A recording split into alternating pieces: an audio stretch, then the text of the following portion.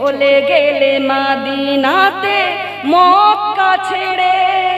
হে রাসূল তোমাকে বলি আমি কেমন করে, হে রাসূল তোমাকে বলি আমি কেমন করে।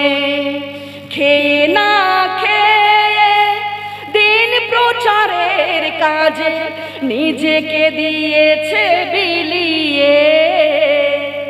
তায়েফের কাফেরেরা চিল্ল না সে আলো, দুষ্টু ছেলেদের পিছু দিল নেলিয়ে।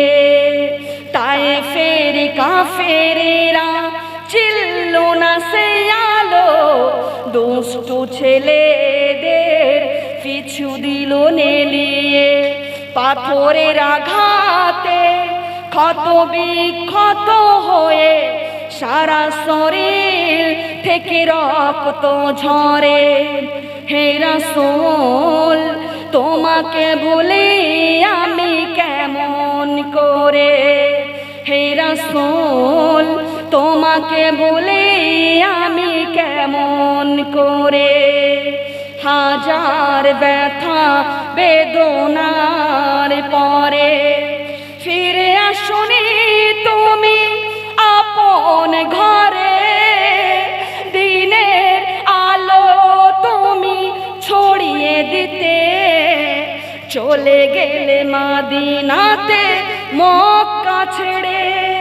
হে রাসূল তোমাকে বলি আমি কেমন করে, হে রাসূল তোমাকে বলি আমি কেমন করে। কথা বলেন ঠিক কিনা? সেই নবীকে আমরা যদি ভুলে থাকি আমরা জান্নাতে যেতে পারবো?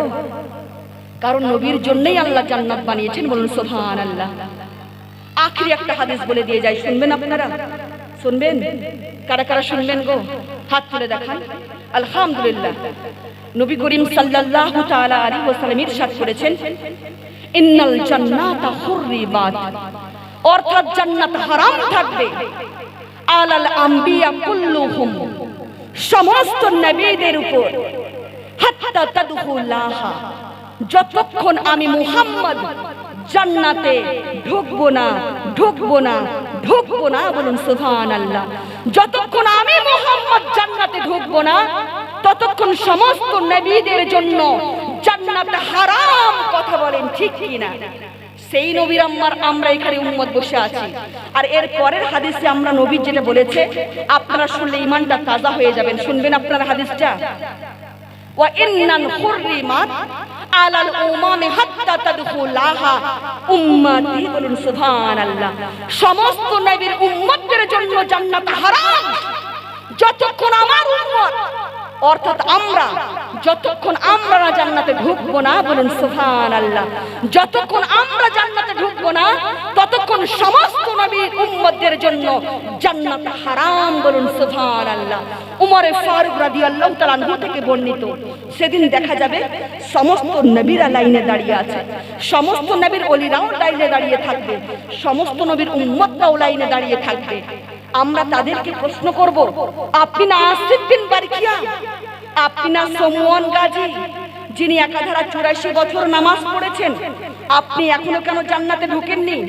তাদের থেকে উত্তর আসবে, তোমরা না ঢুকলে আমরা ঢুকতে পারছি না, বলুন সুবহানাল্লাহ।